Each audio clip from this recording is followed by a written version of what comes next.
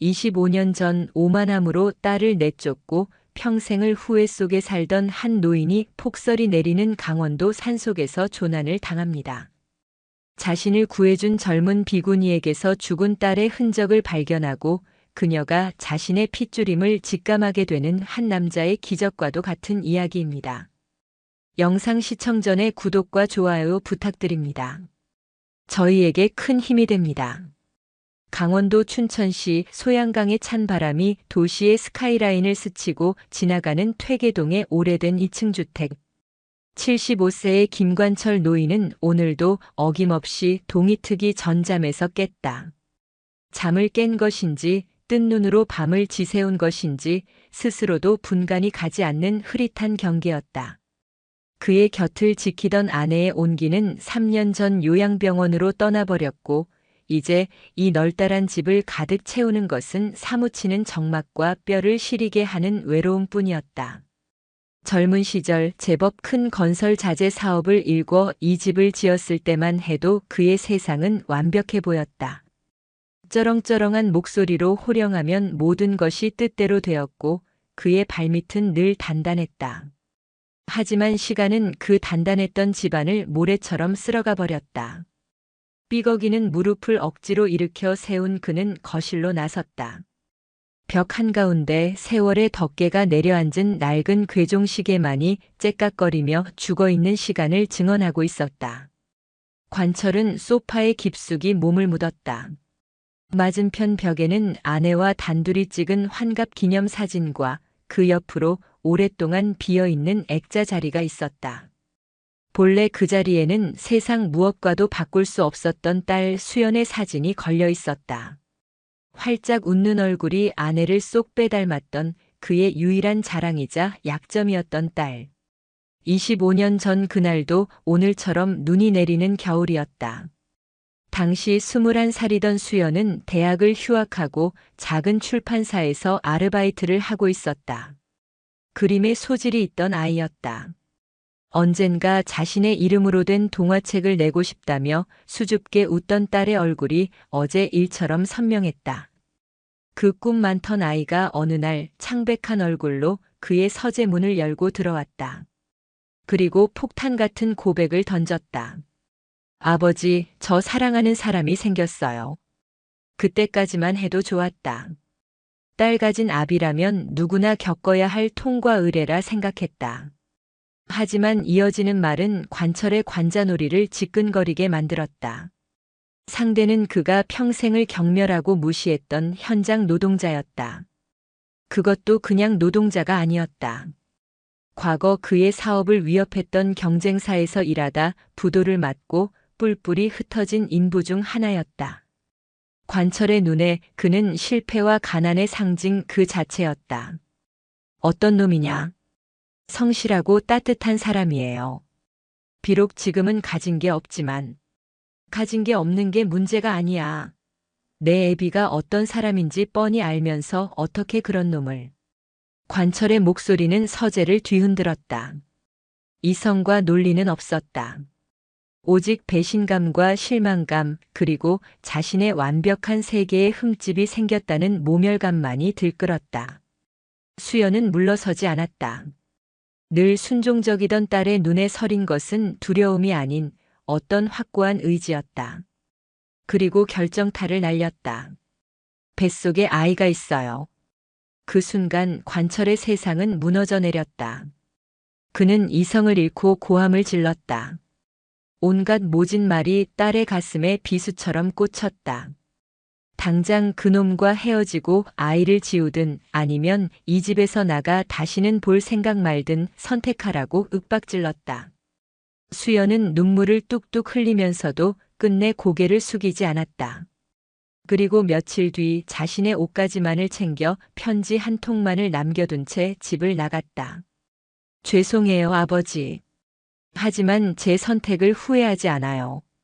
언젠가 이해해 주실 날이 오리라 믿어요. 그때는 꼭 손주 얼굴 보여드릴게요. 그것이 마지막이었다.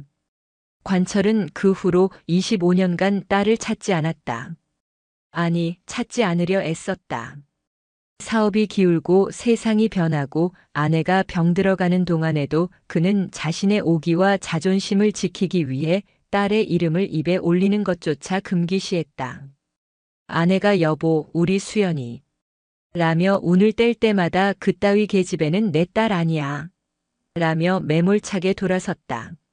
하지만 밤이 되면 술에 취하면 텅 빈 집의 정적이 그를 덮쳐올 때면 그는 미친 듯이 후회했다. 편지 속 손주라는 단어는 녹슨 칼날이 되어 그의 심장을 헤집었다. 아들일까 딸일까? 누구를 닮았을까? 지금쯤 몇 살이 되었을까? 창밖으로 한방눈이 펑펑 쏟아지기 시작했다. TV에서는 강원 영동 지역에 대설경보가 내렸다며 되도록 외출을 삼가라는 기상캐스터의 목소리가 흘러나왔다. 그 목소리를 배경음 삼아 관철은 주방으로 향했다. 찬장에서 먼지 쌓인 컵을 꺼내 차가운 수돗물을 벌컥벌컥 들이켰다. 물줄기가 식도를 타고 내려가며 차갑게 속을 핥히었다. 문득 충동적인 생각이 그의 머리를 스쳤다. 수연이 편지에 동봉했던 남자와 함께 찍은 낡은 사진 한 장. 그 배경은 속초의 어느 겨울 바닷가였다. 사진 속에서 수연은 남자의 품에 안겨 더없이 행복하게 웃고 있었다. 관철은 그 사진을 보자마자 찢어버렸지만 그 풍경만은 뇌리에 낙인처럼 박혀 있었다. 속초. 나직이 읊조린 그는 홀린 사람처럼 현관으로 향했다. 낡은 패딩 점퍼를 걸치고 먼지가 뽀얗게 쌓인 등산화를 구겨 신었다. 차 키를 움켜쥔 그의 손이 미세하게 떨리고 있었다. 어디로 가는지 가서 무엇을 할 것인지 아무런 계획도 없었다. 그저 이 숨막히는 집을 벗어나야 했다. 딸의 마지막 흔적이 남아있을지도 모르는 그곳, 속초의 겨울 바다를 향해 가야만 했다. 어쩌면 이것은 스스로에게 내리는 벌일지도 모른다. 눈보라가 몰아치는 길 위에서 그는 자신의 죄를 곱씹고 또 곱씹으며 지독한 참회를 시작하려 하고 있었다. 자동차 시동을 걸자 낡은 엔진이 힘겹게 울부짖었다. 라디오에서는 여전히 대설경보를 알리는 방송이 흘러나왔다. 미시령과 한계령은 이미 통제되었고 국도 역시 상황이 좋지 않다고 했다. 하지만 관철은 아무것도 들리지 않는 사람처럼 굳은 얼굴로 엑셀을 밟았다. 하얀 눈송이들이 미친 듯이 차창에 부딪혀 부서지는 모습이 마치 25년 전 수연이 흘리던 눈물방울 같다고 그는 생각했다. 춘천을 벗어나 홍천으로 접어들자 눈발은 더욱 거세졌다. 와이퍼가 쉴 새 없이 움직이며 시야를 확보하려 애썼지만 차창은 금세 하얀 막으로 뒤덮였다. 세상은 온통 흰색과 회색뿐이었다. 갓길에 쌓인 눈은 이미 어른의 무릎 높이를 훌쩍 넘어 보였다. 길 위에는 관철의 낡은 세단 외에는 다른 차들이 거의 보이지 않았다. 모두들 방송을 듣고 안전한 곳으로 대피한 모양이었다. 무모한 질주를 하는 것은 오직 그뿐이었다. 돌아가야 하나. 순간적으로 이성이 속삭였지만 관철은 고개를 저었다. 돌아갈 곳이 어디 있단 말인가. 온기도 사람의 목소리도 없는 그 텅 빈 집으로. 그는 차라리 이 눈 속에 파묻히는 편이 낫다고 생각했다. 핸들을 잡은 손에 힘이 들어갔다. 그의 머릿속은 온통 과거의 편린들로 가득 찼다. 유치원 재롱잔치에서 서툰 율동을 하며 자신을 보고 방긋 웃던 5살의 수연. 초등학교 입학식 날 삐뚤빼뚤한 글씨로 아빠 사랑해요라고 쓴 편지를 건네주던 수연. 미대에 가고 싶다는 딸에게 그림은 취미로만 해라. 아빠 사업 물려받아야지라며 모진 말을 했던 날 방에 틀어박혀 밤새도록 어깨를 들썩이던 딸의 뒷모습. 그 모든 순간들이 파노라마처럼 스쳐 지나갔다. 그는 좋은 아버지가 아니었다. 그는 그저 성공한 사업가이고 싶었고 딸은 그의 성공을 증명하는 가장 아름다운 트로피여야만 했다. 인제를 지나 미시령 옛길로 향하는 갈림길에 다다랐다. 터널이 뚫리기 전 사람들이 넘나들던 구불구불한 고갯길. 당연히 폐쇄되었을 것이라 생각했지만 차단기는 반쯤 열려 있었다. 아마 눈이 오기 전에 미처 치우지 못한 모양이었다. 관철은 망설임 없이 그 좁은 길로 핸들을 꺾었다. 더 빠르고 안전한 길이 있다는 것을 알았지만 그는 일부러 더 험하고 고통스러운 길을 선택했다. 마치 고행을 자처하는 순례자처럼. 산으로 오를수록 길은 하나의 거대한 백색 미로가 되어갔다. 제설 작업은커녕 사람의 발길이 닿은 흔적조차 없었다. 타이어는 헛돌기 시작했고 차체는 위태롭게 흔들렸다. 뽀드득 뽀드득. 눈을 다지는 소리만이 세상의 유일한 소리인 듯 했다. 얼마나 올랐을까. 급격한 오르막 커브 길에서 차가 결국 스르륵 미끄러지며 길 한가운데에 멈춰 섰다. 젠장. 관철은 욕설을 내뱉으며 여러 번 시동을 다시 걸어보았지만 바퀴는 헛돌며 눈만 더 깊게 파일 뿐이었다. 그는 차에서 내렸다. 매서운 칼바람이 순식간에 그의 뺨을 핥히고 폐부 깊숙이 파고들었다. 사방은 그야말로 설국이었다. 길의 형체도 산의 능선도 모두 두터운 눈 이불 아래 파묻혀 있었다. 시간은 이미 오후를 훌쩍 넘긴 듯 했지만 하늘은 먹구름과 눈보라에 가려 해의 위치조차 가늠할 수 없었다. 휴대폰을 꺼내보니 서비스 지역이 아님이라는 절망적인 메시지만 떠 있었다. 그는 이제 완벽하게 고립되었다. 관철의 입가에 허탈한 웃음이 걸렸다. 이것이 하늘이 내리는 벌인가. 딸을 내쫓았던 바로 그 겨울에 꼼짝없이 이 설산에 갇히게 된 것이 우연은 아닐 터였다. 수연아 아빠가 잘못했다. 아무도 없는 산속에서 그는 처음으로 소리내어 사죄했다.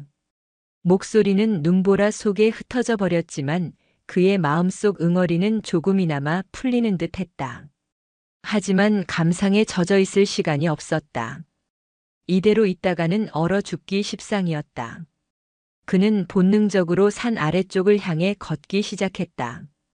길에 흔적은 없었지만 내리막을 따라가다 보면 인가를 만나거나 큰 길이 나올 것이라는 막연한 희망을 품었다. 그러나 희망은 금세 절망으로 바뀌었다. 한치 앞도 분간하기 힘든 눈보라 속에서 방향 감각은 무의미했다. 그는 몇 시간을 헤맸는지도 모른 채 그저 눈을 헤치며 나아갔다. 체온은 급격히 떨어졌고 허기와 갈증이 밀려왔다.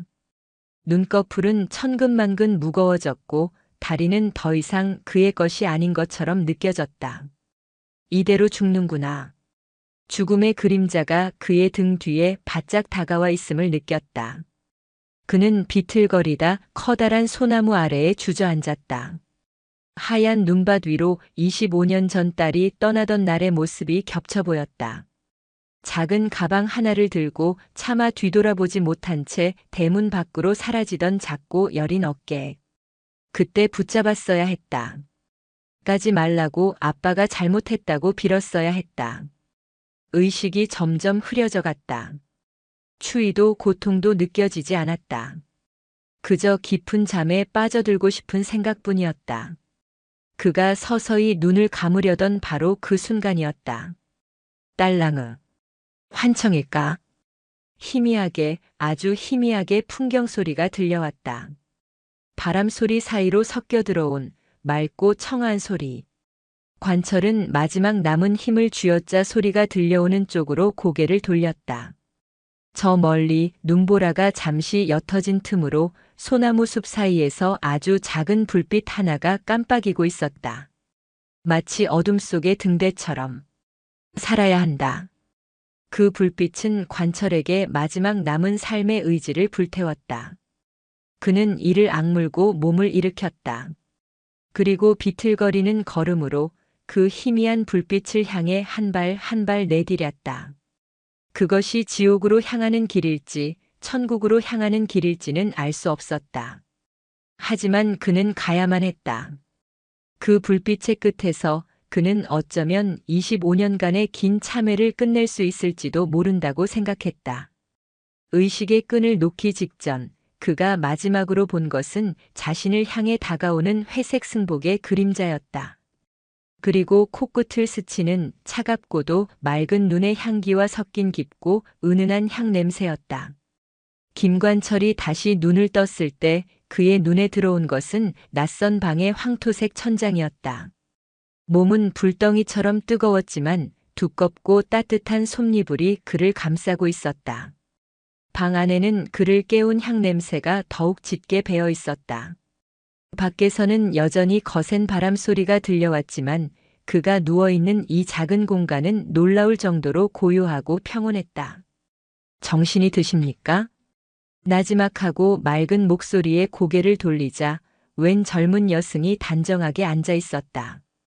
깎은 머리가 어색하지 않을 정도로 동그랗고 예쁜 두상, 티 없이 맑은 눈동자를 가진 20 중반쯤으로 보이는 비군이었다. 그녀는 관철이 정신을 차린 것을 보고는 조용히 자리에서 일어나 따뜻한 물이 담긴 그릇을 들고 다가왔다. 우선 이걸 좀 드십시오. 몸을 따뜻하게 해야 합니다. 관철은 마른 입술을 겨우 움직여 물었다. 여기가 어디요? 오대산 깊은 자락에 있는 작은 암자 백화암입니다. 어르신께서 암자 앞에서 쓰러져 계셨습니다. 하마터면 큰일 날 뻔하셨습니다. 오대산. 그는 미시령을 넘고 있었는데 어째서 오대산 자락에 와 있는 것일까? 눈보라 속에서 길을 완전히 잃었던 모양이다. 관철은 여승의 부축을 받아 겨우 몸을 일으켰다. 온몸이 쑤시고 아팠지만 살아있다는 사실이 기적처럼 느껴졌다. 그는 여승이 건넨 따끈한 생강차를 받아 한 모금 마셨다. 알싸하고 달콤한 온기가 목을 타고 내려가 얼어붙었던 몸을 녹여주었다. 스님께서 저를 구해주신 게요. 제가 한 일은 그저 어르신을 발견한 것뿐입니다. 어르신의 삶에 대한 의지가 스스로를 구한 것이지요. 여승은 담담하게 말하며 미소를 지었다. 그 미소가 어딘지 모르게 낯이 익었다. 아주 오래전 기억의 저편에서 본 듯한 느낌. 관철은 혼란스러운 머리를 애써 흔들었다. 이름은 법명이 어찌 되시오? 설화라 합니다. 설화. 눈의 꽃. 겨울에 태어난 아이처럼 차갑지만 아름다운 이름이었다. 관철은 며칠 만에 처음으로 마음의 평온을 느꼈다. 이 작은 암자의 고요함, 설화 스님의 차분한 목소리, 방안을 감도는 향냄새가 그의 날카롭고 지쳐있던 신경을 부드럽게 어루만져 주었다. 눈이 그치려면 아직 멀었습니다. 기력이 회복되실 때까지 며칠은 이곳에 머무르셔야 할 겁니다. 폐가 많습니다. 산중의 인연이란 다 그런 것입니다. 개의치 마십시오. 설화 스님은 곧 죽을 가져다 주겠다며 자리에서 일어났다. 그녀가 방을 나가자 관철은 다시 혼자가 되었다. 그는 방 안을 천천히 둘러보았다. 작은 경상과 낡은 경전 몇 권, 그리고 벽에 걸린 수묵으로 그린 달마도가 전부인 단출한 방이었다. 하지만 그 어떤 화려한 호텔방보다도 아늑하고 편안하게 느껴졌다. 잠시 후 설화 스님이 뜨거운 김이 오르는 흰죽과 정갈한 산나물 반찬이 담긴 작은 소반을 들고 들어왔다. 관철은 거의 이틀을 굶은 상태였다. 그는 허겁지겁 죽을 입안으로 밀어 넣었다. 특별한 것 없는 흰죽이었지만 세상 그 어떤 진수성찬보다도 맛있었다. 그가 정신없이 죽을 비워내는 동안 설화 스님은 맞은편에 조용히 앉아 그를 지켜볼 뿐이었다. 혹 속세에 두고 온 가족이 있으십니까? 연락을 해드려야 할 텐데요. 죽그릇을 비운 관철에게 설화 스님이 물었다. 그 질문에 관철의 숟가락이 멈칫했다. 가족. 그에게 남은 가족은 이제 요양병원에 누워 자신을 알아보지도 못하는 아내뿐이었다. 그리고 25년 전 제 손으로 내친 딸. 없어. 나 혼자요. 스스로도 놀랄 만큼 쉬이 거짓말이 나왔다. 이 고요한 곳에서까지 과거의 업보를 꺼내 보이고 싶지 않았다. 설화 스님은 더 이상 묻지 않았다. 그저 맑은 눈으로 관철을 바라보다가 희미하게 웃어 보일 뿐이었다. 그 표정 없는 표정 속에서 관철은 마치 자신의 모든 것을 꿰뚫어 보는 듯한 깊이를 느꼈다. 그날 이후 관철은 백화함에서 며칠을 더 머물렀다. 눈은 그칠 기미를 보이지 않았고 암자는 세상과 완전히 고립되었다. 관철은 설화 스님과 함께 이른 아침 예불에 참여하고 장작을 패고 눈을 치우며 하루를 보냈다. 대화는 많지 않았다. 하지만 두 사람 사이에는 어떤 기묘한 유대감이 흐르는 듯 했다. 관철은 종종 툇마루에 앉아 하염없이 내리는 눈을 바라보는 설화 스님의 뒷모습을 보곤 했다. 젊은 나이에 속세를 등진 그 모습에서 그는 알 수 없는 슬픔과 연민을 느꼈다. 저 여린 어깨에 얼마나 많은 사연을 짊어지고 있을까? 혹시 저 스님도 나처럼 누군가에게 씻을 수 없는 상처를 준 것은 아닐까? 혹은 받은 것은 아닐까? 하루는 관철이 마당에 눈을 치우다 발을 헛디뎌 넘어질 뻔했다. 그때 법당에서 나오던 설화 스님이 놀라운 민첩함으로 달려와 그의 팔을 붙잡아 주었다. 어르신 조심하셔야지요. 걱정스러운 목소리. 그리고 그의 팔을 붙잡은 작고 여윈 손의 감촉. 그 순간 관철의 뇌리를 섬광처럼 스치는 기억이 있었다. 어릴 적 수연이 아장아장 걷다 넘어지려 할 때 그가 급하게 잡아주었던 딸의 작고 부드러웠던 손. 그 감촉과 너무나도 닮아 있었다. 관철은 저도 모르게 설화 스님의 얼굴을 빤히 쳐다보았다. 맑은 눈, 오뚝한 코, 꾹 담은 입술. 웃을 때 살짝 패는 보조개까지. 보면 볼수록 기억 속 희미해진 딸의 젊은 시절 모습과 겹쳐 보였다. 왜 그러십니까, 어르신? 자신의 얼굴을 뚫어져라 쳐다보는 관철의 시선에 설화 스님이 물었다. 아니요, 아무것도. 관철은 황급히 고개를 저으며 시선을 피했다. 말도 안 되는 생각이다. 그저 우연의 일치일 뿐이다. 하지만 한번 피어오른 의심의 씨앗은 걷잡을 수 없이 그의 마음속에서 자라나기 시작했다. 그는 이 젊은 비구니에게서 자신의 잃어버린 시간을, 그리고 지독한 후회의 흔적을 발견하고 있었다. 백화함에서의 시간은 속세의 그것과는 다른 무게로 흘러갔다. 눈은 여전히 세상을 지우려는 듯 멈추지 않았고 김관철은 이 고립된 설중 왕국의 완벽한 이방인이자 동시에 기묘한 구성원이 되어가고 있었다. 그의 하루는 이제 설화 스님 그리고 암자의 주지인 해은 스님과의 조용한 일상으로 채워졌다. 해은 스님은 예순을 갓 넘긴 비구니로 깊은 주름 속에 온화함과 범접할 수 없는 지혜를 동시에 품고 있는 듯한 분이었다. 그녀는 관철의 존재에 대해 어떤 질문도 하지 않았지만 그를 바라보는 눈빛은 마치 그의 평생을 이미 다 읽어낸 것만 같았다. 관철은 설화 스님을 도우며 소일했다. 이른 새벽 아직 어둠이 채 가시지 않은 법당에 앉아 스님들의 독경 소리를 듣는 것으로 하루를 시작했다. 그 뜻 모를 소리들은 이상하게도 그의 복잡한 마음을 차분하게 가라앉혔다. 아침 공양 후에는 설화 스님을 따라 얼어붙은 장독대에서 된장과 간장을 퍼오거나 비닐로 엉성하게 덮어놓은 작은 텃밭에서 겨울 시금치와 얼갈이 배추를 솎아내는 일을 도왔다. 설화 스님은 말이 없는 편이었지만 그녀의 행동 하나하나에는 군더더기 없는 정성이 배어 있었다. 시든 배춧잎을 떼어내는 섬세한 손길, 장작을 패는 관철에게 따뜻한 차를 건네는 배려, 경상에 앉아 붓을 들고 사경에 몰두하는 고요한 모습. 관철은 그 모든 모습에서 눈을 뗄 수가 없었다. 보면 볼수록 자신의 딸 수연과 겹쳐 보였기 때문이다. 특히 그림의 소질이 있던 수연처럼 설화 스님의 글씨는 그 자체로 한 폭의 난과 같았다. 의심의 씨앗은 어느새 그의 마음속에서 거대한 나무로 자라나 있었다. 그는 이제 확신에 가까운 예감을 가지고 설화 스님의 주위를 맴돌았다. 하지만 섣불리 물을 수는 없었다. 만약 자신의 예상이 맞다면 그 진실을 마주할 자신이 없었다. 또한 이 고요한 암자에서 평화롭게 살고 있는 저 젊은 스님의 삶을 자신의 과거 때문에 뒤흔들어 놓아도 되는 것인가 하는 죄책감도 들었다. 그래서 그는 대신 조심스럽게 주변을 떠보기 시작했다. 스님은 어찌하여 이 깊은 산중에 들어오게 되셨소? 어느 날 오후 함께 툇마루에 앉아 처마 끝에 매달린 고드름을 바라보며 그가 물었다. 설화 스님은 시선을 먼 산에 둔 채 한참이나 말이 없었다. 관철은 자신의 질문이 무례했음을 깨닫고 입을 다물려던 참이었다.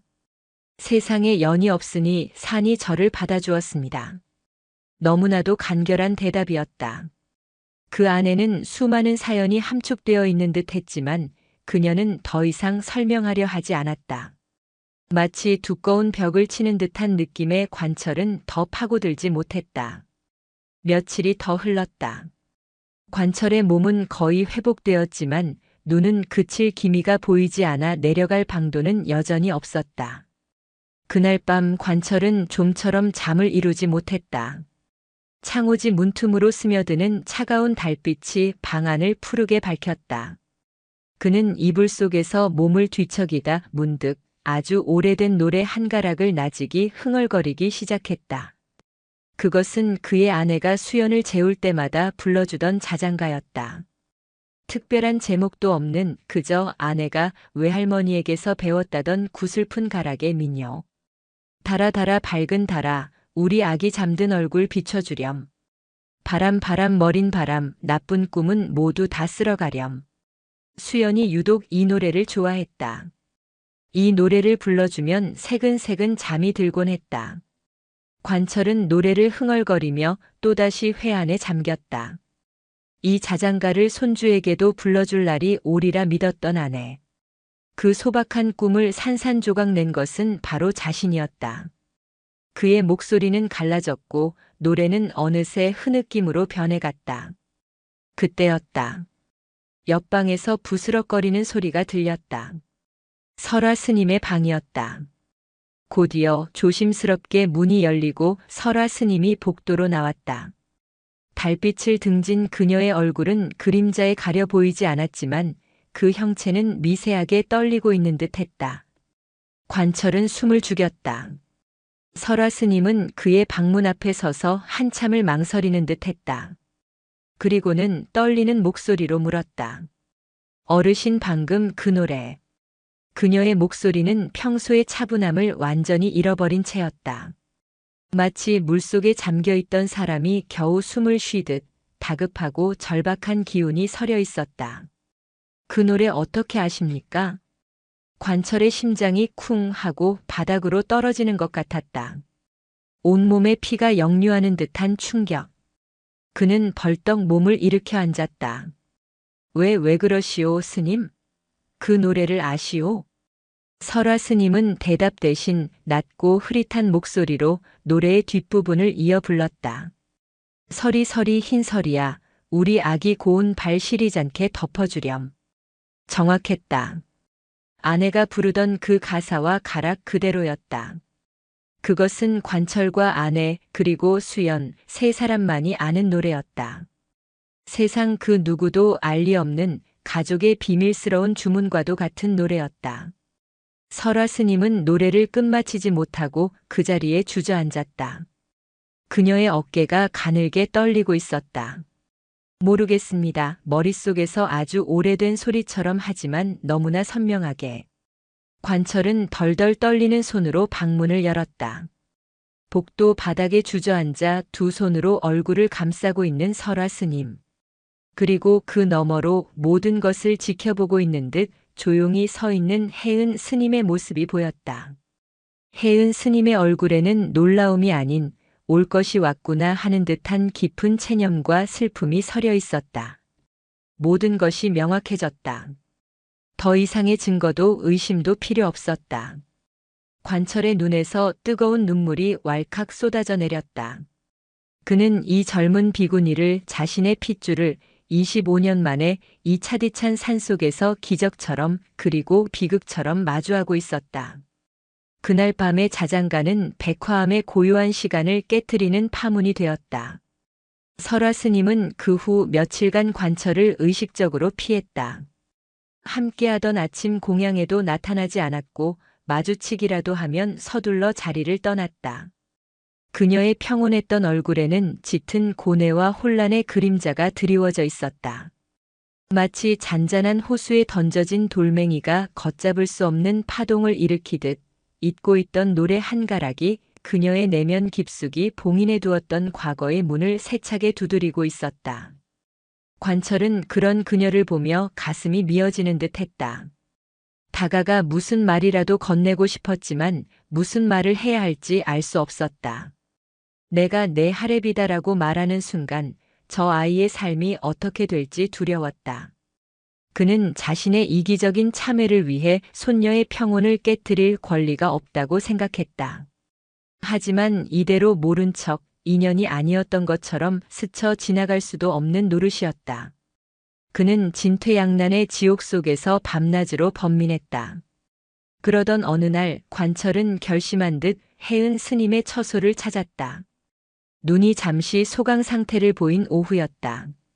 혜은 스님은 관철이 올 것을 이미 알고 있었다는 듯 따뜻한 찻잔을 내어주며 말없이 그를 맞았다. 스님, 드릴 말씀이 있습니다.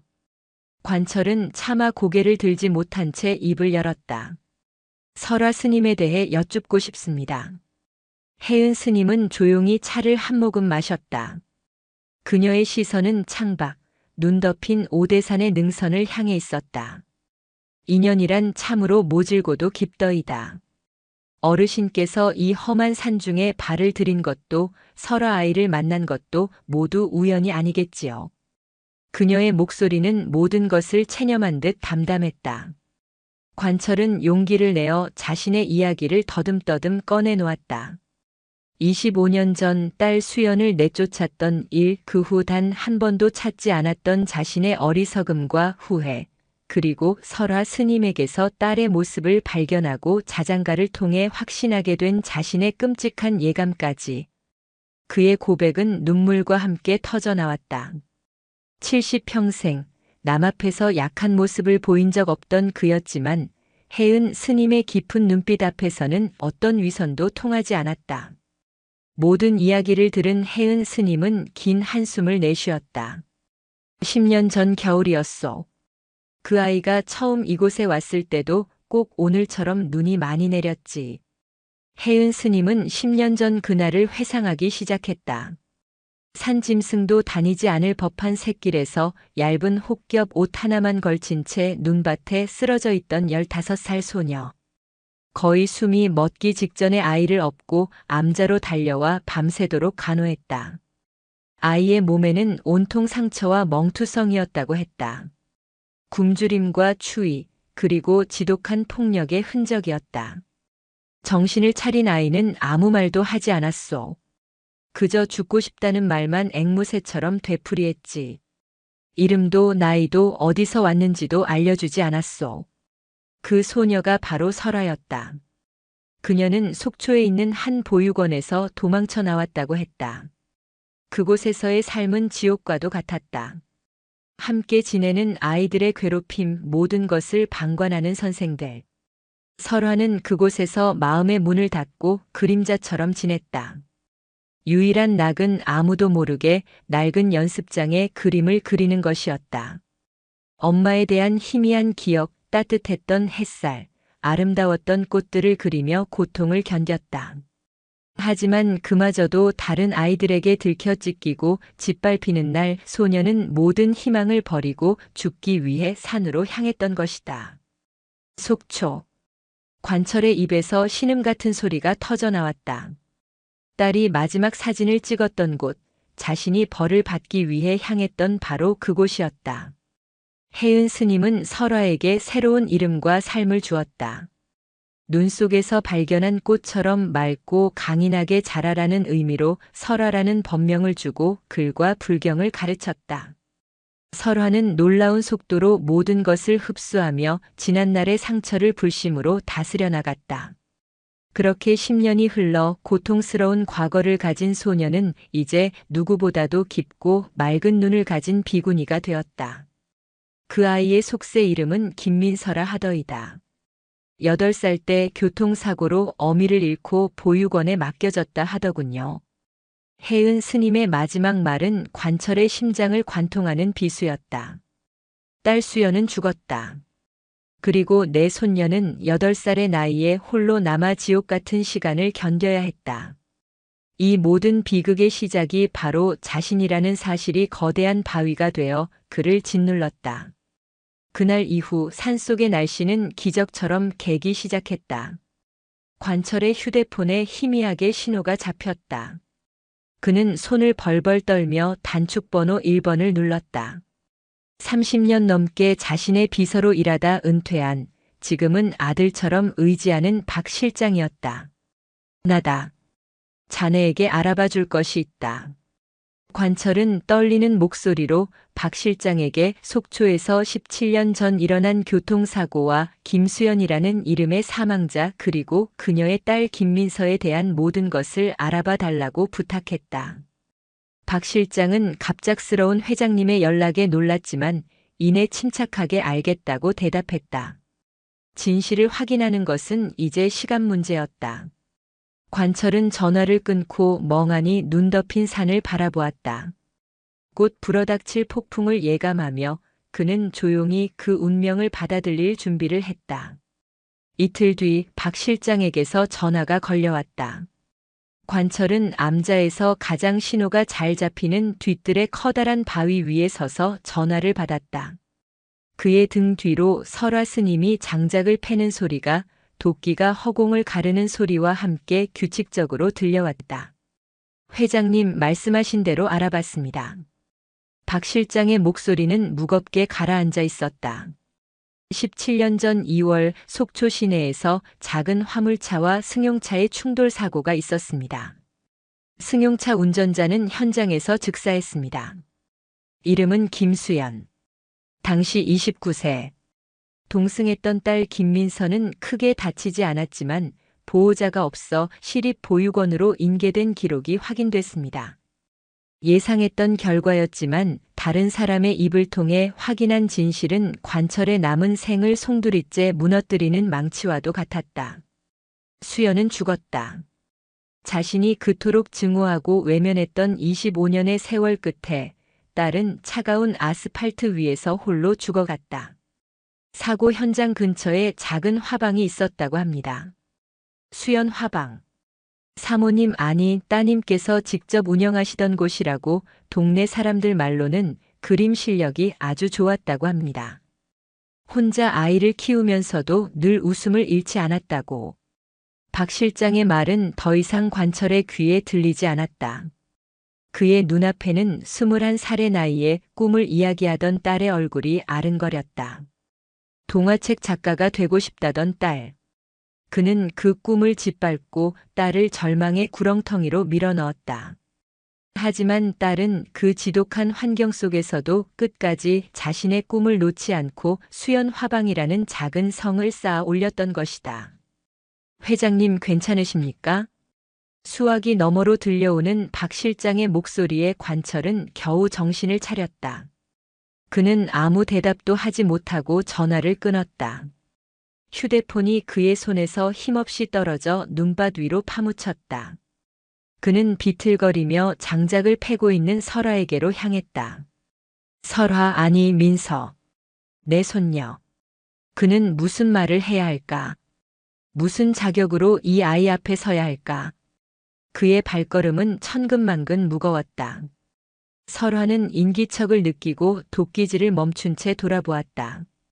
그녀의 이마에는 땀방울이 송골송골 맺혀 있었고 두 뺨은 차가운 공기에 발갛게 상기되어 있었다. 관철은 그 건강하고 생기 넘치는 모습 앞에서 차마 입을 뗄 수 없었다. 어르신 안색이 좋지 않으십니다. 자신의 할아버지인 줄은 꿈에도 모른 채 설화는 걱정스러운 눈빛으로 물었다. 그 순수한 눈빛이 칼날이 되어 관철의 심장을 도려냈다. 그는 더 이상 버틸 수 없었다. 25년간 쌓아 올렸던 오만과 후회의 제방이 한순간에 무너져 내렸다. 민서야. 관철의 입에서 나온 것은 설화 스님이 아닌 아이의 속세 이름이었다. 설화의 눈이 놀라움으로 커졌다. 관철은 품속에서 낡고 해진 지갑을 꺼냈다. 그리고 그 안에서 소중하게 간직해온 색바랜 사진 한 장을 꺼내 들었다. 20살 무렵의 수연이 활짝 웃고 있는 증명사진이었다. 그는 덜덜 떨리는 손으로 사진을 설화의 앞으로 내밀었다. 이 아이를 아니? 설화는 자기도 모르게 사진을 받아들었다. 사진 속의 여자는 자신과 놀라울 정도로 닮아 있었다. 마치 조금 더 나이 든 자신의 모습을 보는 것 같았다. 희미한 기억의 파편들이 그녀의 머릿속을 스쳐 지나갔다. 따뜻한 품, 물감 냄새, 그리고 우리 딸 민서. 라고 부르던 다정한 목소리. 엄마. 설화의 입에서 자신도 모르게 탄식이 흘러나왔다. 그녀는 고개를 들어 믿을 수 없다는 듯 관철을 바라보았다. 관철의 얼굴은 눈물과 회한으로 범벅이 되어 일그러져 있었다. 내가 내 하랩이다. 결국 판도라의 상자는 열리고 말았다. 관철은 그 자리에 무너져 내렸다. 75의 노인은 어린아이처럼 목 놓아 울기 시작했다. 미안하다 아가 미안하다. 이 못난 애비가 내 어미를 내가 죽인 셔. 그의 울음소리는 사죄이자 참회였고 뒤늦은 애원이었다. 설화는 손에 든 사진과 무너져 내린 노인을 번갈아 보며 그 자리에 얼어붙었다. 자신이 평생을 그리워했던 어머니. 그 어머니를 죽음으로 몰고 간 장본인이자 자신의 유일한 핏줄인 할아버지. 10년간의 수행으로 쌓아 올린 평정심은 산산조각 났고 그녀의 맑았던 눈동자는 거대한 혼돈의 소용돌이에 휩싸였다. 도끼가 쿵 소리를 내며 눈밭 위로 떨어졌다. 정적. 백화암의 마당에는 눈 덮인 산이 그러하듯 무겁고 시린 침묵만이 두 사람을 짓눌렀다. 25년의 시간과 비극을 뛰어넘은 조우는 그렇게 시작되고 있었다. 판도라의 상자가 열린 후 백화암의 시간은 얼어붙었다. 25년의 회한과 17년의 슬픔이 응축된 김관철의 절규는 눈 덮인 산의 정적 속으로 흩어졌지만 그 울림은 설화 스님의 마음에 지울 수 없는 낙인처럼 새겨졌다. 그녀는 그날 이후 다시 깊은 침묵 속으로 잠겨들었다. 설화는 관철을 피했다. 할아버지라는 세상에서 가장 가깝고도 잔인한 이름으로 자신을 명명한 그 노인을 마주할 수가 없었다. 그녀의 마음은 거대한 혼돈의 전쟁터였다. 한쪽에서는 평생을 그리워한 어머니와 핏줄에 대한 애틋함이, 다른 한쪽에서는 그 모든 비극의 원인이 된 저 노인에 대한 차가운 분노와 원망이 세차게 충돌했다. 불경의 구절들은 더 이상 그녀의 마음을 다스리지 못했다. 원증회고 원망하고 미워하는 사람과 만나야 하는 괴로움. 그녀는 경전 속 활자였던 그 고통을 온몸으로 겪고 있었다. 그녀는 법당에 틀어박혀 밤낮 없이 목탁을 두드리고 경을 외웠다. 하지만 집중할 수 없었다. 목탁 소리 위로 할아버지의 울음소리가 겹쳐 들렸고 경전의 글자 위로 엄마의 얼굴이 아른거렸다. 그녀가 기억하는 어머니의 모습은 아주 희미했다. 따뜻한 햇살이 드는 작은 방 코끝을 간지럽히던 유화 물감 냄새, 그리고 늘 우리 딸 민서라고 불러주던 다정한 목소리. 그 모든 것을 앗아간 시작점이 바로 저 노인 김관철이었다. 분노가 치밀었다. 당신이 뭔데 이제 와서 무슨 자격으로 내 앞에 나타나 용서를 빈단 말인가. 내 어머니의 29년, 나의 잃어버린 25년은 무엇으로 보상할 것인가. 관철의 시간 역시 지옥이었다. 그는 자신의 고백이 아무런 구원도 되지 못했음을 깨달았다. 오히려 손녀의 평온했던 삶에 지울 수 없는 파문을 일으켰을 뿐이었다. 그는 죄인처럼 암자 구석에서 조용히 숨만 쉬었다. 멀리서 들려오는 설화의 목탁 소리는 마치 자신을 향한 심판의 소리처럼 들렸다. 그는 그녀의 얼굴을 볼 수 없었다. 그녀의 눈에서 자신에 대한 원망을 확인하는 순간 남은 삶의 마지막 조각마저 부서져 내릴 것 같았다. 두 사람 사이에 얼어붙은 강을 지켜보던 혜은 스님이 움직인 것은 그로부터 사흘이 지난 뒤였다. 혜은 스님은 법당에서 뜬 눈으로 밤을 새운 설화의 어깨에 조용히 다가가 두툼한 쇼를 덮어주었다. 그만하거라 설화야. 스님. 분노 또한 집착이니라. 미움이란 감정은 상대를 향한 칼날인 동시에 내 심장을 찌르는 칼날이기도 하다. 어찌 미워하지 않을 수 있습니까? 어찌 원망하지 않을 수 있단 말입니까? 설화의 목소리가 터져 나왔다. 10년간 단 한 번도 스승 앞에서 흐트러진 모습을 보인 적 없던 그녀였다. 어머니는 아무 잘못도 없으셨습니다. 그저 사랑을 했을 뿐인데 그 꿈을, 인생을 저 사람이 모두 앗아갔습니다. 저 때문에 저는 태어나지 말았어야 할 존재였습니다. 혜은 스님은 설화의 등을 말없이 쓸어주었다. 내 어미는 널 낳은 것을 후회하지 않았을 것이다.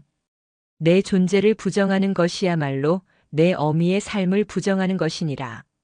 그러니 울고 싶으면 울고 화내고 싶으면 화를 내어라. 다만 피하지는 말거라. 진실의 무게는 피한다고 사라지는 것이 아니다.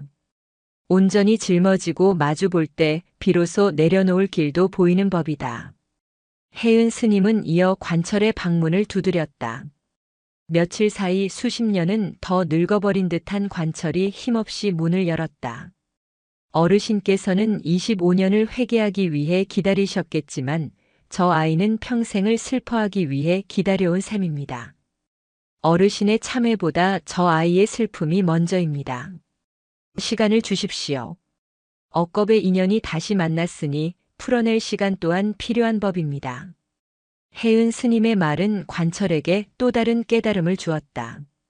그는 자신의 죄책감을 덜기 위해 너무 서둘렀다. 손녀의 상처를 제대로 들여다보지 않았다. 그는 그저 고개를 숙이고 죄인처럼 기다리는 것 외에는 할 수 있는 일이 없음을 깨달았다.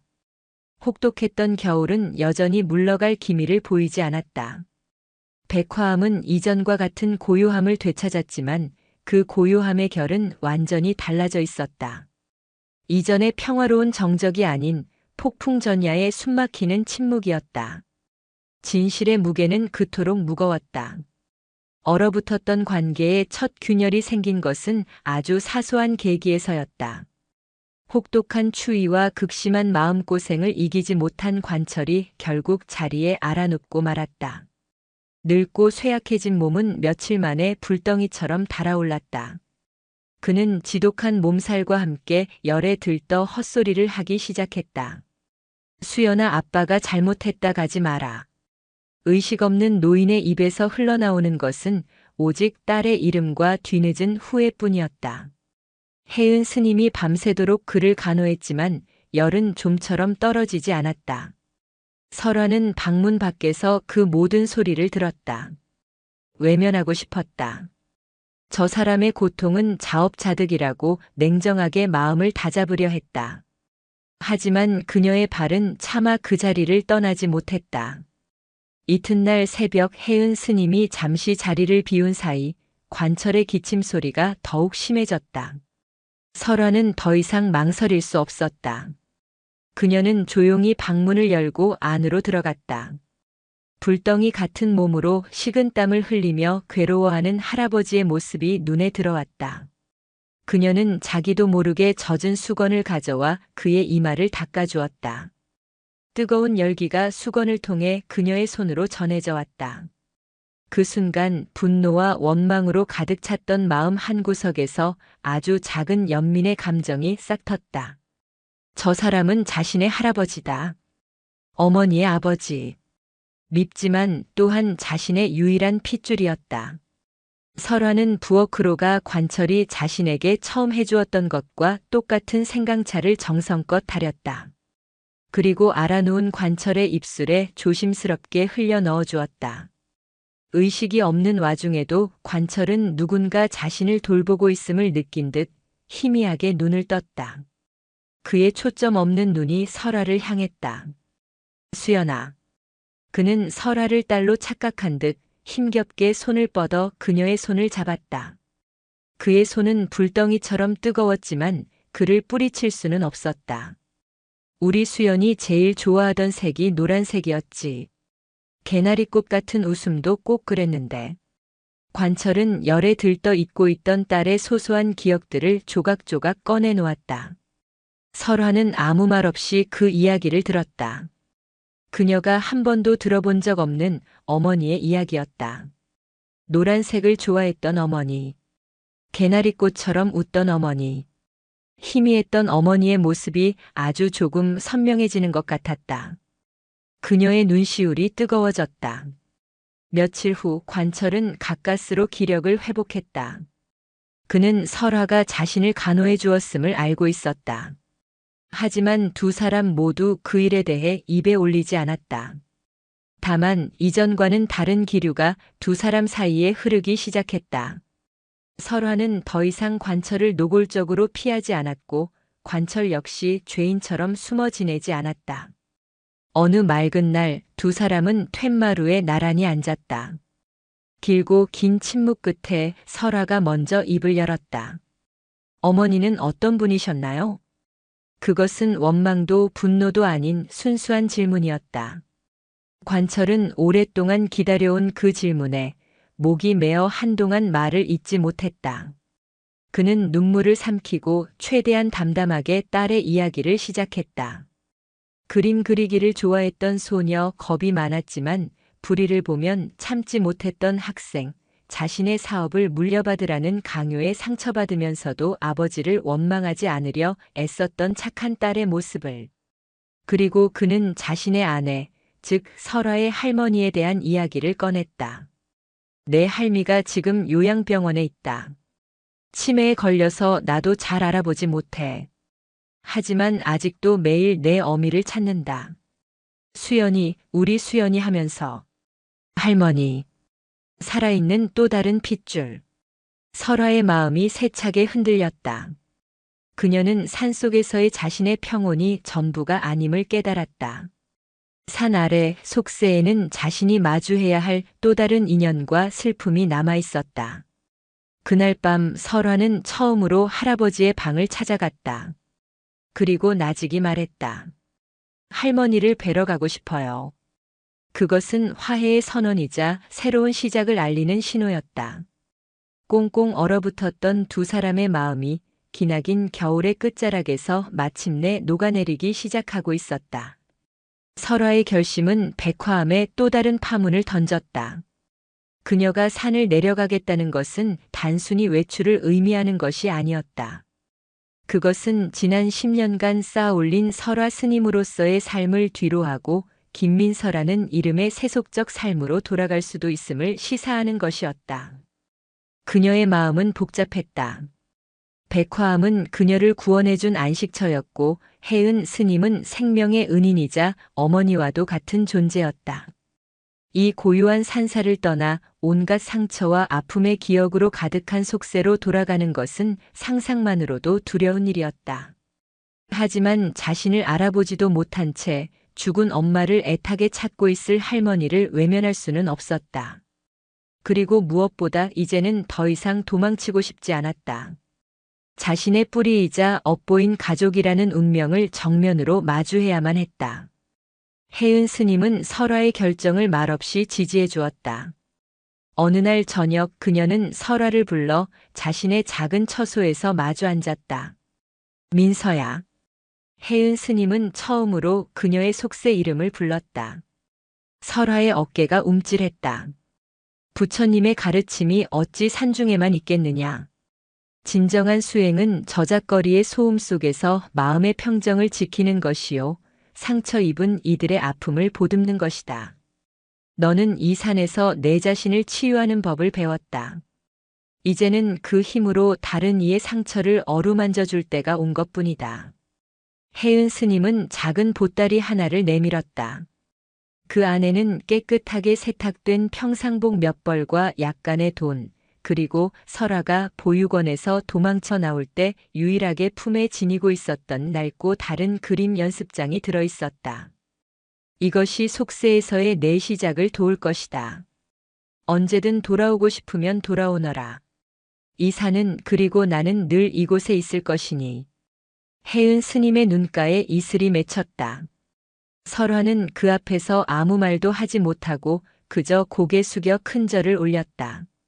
10년의 은혜에 대한 감사가 눈물이 되어 방바닥을 적셨다. 며칠 뒤 마침내 산길을 막았던 눈이 녹고 세상으로 향하는 길이 열렸다. 봄이 오고 있었다. 관철과 설화는 산을 내려갈 준비를 마쳤다. 설화는 10년간 입었던 승복 대신 해은 스님이 내어준 평범한 옷으로 갈아입었다. 거울에 비친 자신의 모습이 낯설었지만 이상하게도 편안했다. 떠나는 날 아침 관철과 설화는 해은 스님과 함께 백화암의 작은 법당에서 마지막 예불을 올렸다. 그리고 말없이 서로를 향해 합장했다. 그것으로 모든 작별 인사를 대신했다.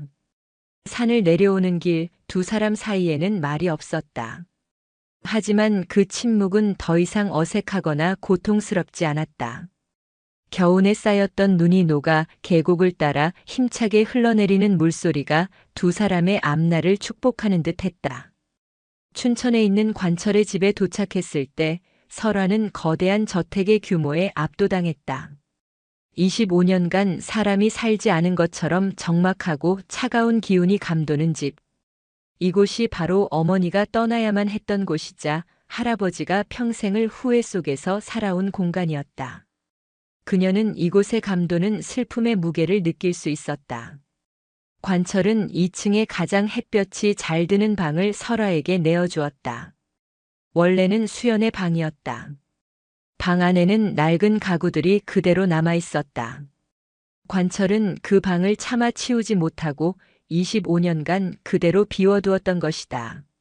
설화는 먼지 쌓인 책상과 빛바랜 벽지를 어루만졌다. 마치 시간을 거슬러 젊은 시절의 어머니와 조우하는 듯한 기분이었다. 그날 밤 설화는 낡은 그림 연습장을 펼쳤다. 그리고 10년 만에 처음으로 연필을 잡았다. 하얀 종이 위에 그녀는 기억 속 희미한 어머니의 얼굴을, 그리고 자신을 구원해준 해은 스님의 온화한 얼굴을, 마지막으로 죄인처럼 웅크린 할아버지의 슬픈 얼굴을 그리기 시작했다. 산을 내려온 그녀의 새로운 수행은 그렇게 시작되고 있었다. 다음 날 관철은 설화 이제 그녀는 스스로를 민설아 부르기 시작했다를 데리고 춘천 외곽에 있는 요양병원으로 향했다. 민서는 차창 밖으로 스치는 낯선 도시의 풍경을 보며 애써 마음을 다잡았다. 심장이 세차게 뛰었다. 병실에 들어서자 창가에 앉아 멍하니 허공을 바라보는 늙고 초라한 할머니의 뒷모습이 보였다. 관철이 조심스럽게 다가가 아내의 어깨를 감쌌다. 여보, 내가 왔어. 그리고 손님이 왔어. 할머니 박순자 여사는 천천히 고개를 돌렸다. 그녀의 흐릿한 눈동자가 관철을 잠시 머물다 그의 뒤에 서 있는 민서에게로 향했다. 그 순간 순자 여사의 초점 없던 눈이 믿을 수 없다는 듯 크게 뜨였다. 그녀는 자리에서 벌떡 일어나 민서에게로 다가와 그녀의 얼굴을 더듬었다. 수연아, 우리 수연이 맞지?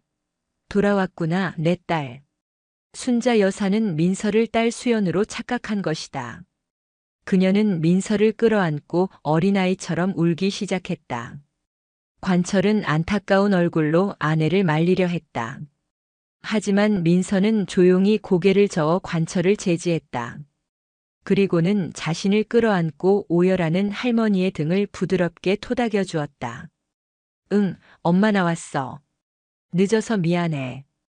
그것은 그녀가 할머니에게, 그리고 자신에게, 또 하늘에 있는 어머니에게 바치는 가장 깊은 위로이자 용서였다.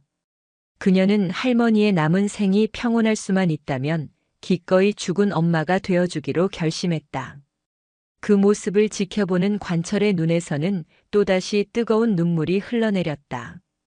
집으로 돌아온 관철은 민서에게 수연이 쓰던 방을 작업실로 꾸며주었다. 최고의 화구들을 사다 주었고 그녀가 그림에만 몰두할 수 있도록 모든 것을 지원했다. 민서는 다시 그림을 그리기 시작했다. 그녀의 그림은 더 이상 과거의 아픔과 슬픔에 머물러 있지 않았다. 눈 덮인 오대산의 고요함, 해은 스님의 자비로운 미소, 자신을 수연이라 부르며 웃는 할머니의 주름진 얼굴, 그리고 후회와 사랑이 뒤섞인 할아버지의 뒷모습. 그녀의 그림은 모든 것을 끌어안는 용서와 사랑으로 가득 차 있었다. 봄이 완연한 어느 날 관철은 민서를 데리고 속초로 향했다. 그는 수연의 사고 장소도 그녀가 운영했다는 수연 화방터도 그냥 지나쳤다. 대신 그는 차를 몰아 속초 시내가 한눈에 내려다 보이는 작은 공원 묘지로 향했다. 그곳에는 작고 단정한 봉분 하나가 있었다. 사랑하는 딸 김수연 이곳에 잠들다. 묘비 앞에는 시들지 않은 국화꽃이 놓여 있었다. 관철이 박 실장을 통해 알아본 바로는 근처에서 꽃집을 하는 수연의 오랜 친구가 17년간 하루도 거르지 않고 묘를 돌봐왔다고 했다. 관철과 민서는 그 앞에 나란히 섰다. 관철은 아무 말도 하지 못하고 어깨를 들썩이며 울기만 했다. 민서는 그런 할아버지를 대신해 미리 준비해 온 하얀 꽃으로 엮은 화환을 묘비 앞에 조심스럽게 내려놓았다. 백화함의 백화 흰 꽃이었다. 엄마, 나 민서야. 이제 괜찮아. 할아버지도 할머니도 그리고 나도 이제 괜찮아. 그녀는 눈물 대신 세상에서 가장 아름다운 미소를 어머니에게 바쳤다. 그 순간 거짓말처럼 따스한 봄바람이 불어와 모녀의 뺨을 어루만지고 지나갔다. 그 후로 몇 년의 시간이 흘렀다. 관철의 집은 더 이상 적막하지 않았다. 민서의 그림들로 가득 찬 집에는 온기가 흘렀고 할머니를 집으로 모셔와 함께 지내며 웃음소리가 끊이지 않았다. 민서는 설화라는 이름의 화가로 세상에 알려지기 시작했지만 유명세에 연연하지 않았다. 그녀는 그저 매일 그림을 그리고 가족을 돌보는 소박한 행복을 누릴 뿐이었다. 어느 봄날 관철은 작업실에서 그림을 그리고 있는 손녀의 뒷모습을 가만히 바라보았다. 캔버스에는 눈이 녹아내린 오대산의 봄 풍경이 그려지고 있었다.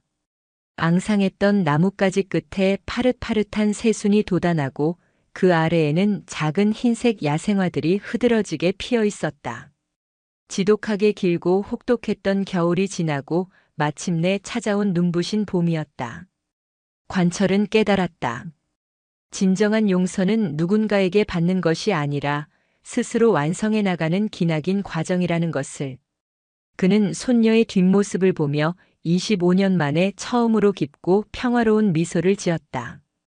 영상이 유익하셨다면 구독과 좋아요, 댓글까지 부탁드리겠습니다.